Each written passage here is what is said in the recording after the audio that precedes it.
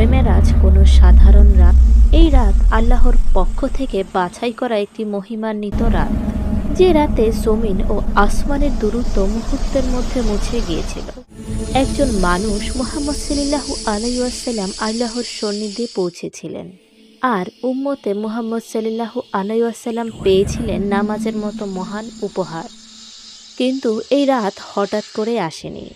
এর পিছনে ছিল দীর্ঘ কষ্ট, অশেষ ধৈর্য এবং নীরব অটল বিশ্বাস। হিজরতের আগের সময়টা ছিল রাসূল সাল্লাল্লাহু আলাইহি ওয়াসাল্লামের জীবনের সবচেয়ে বেদনাদায়ক অধ্যায়। এই সময়টিকে ইসলামের ইতিহাসে বলা হয় আমনুল হুজুন, অর্থাৎ দুঃখের বছর।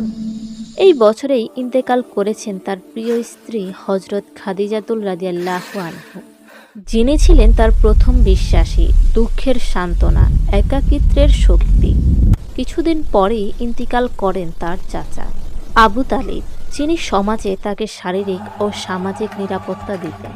এই দুজনকে হারিয়ে রাসূল সাল্লাল্লাহু আলাইহি ওয়াসাল্লাম যেন একাই দাঁড়িয়ে পড়লেন পুরো কুরাইশ সমাজের শত্রুরার সামনে। তারপর তিনি যান তায়েফ করতে।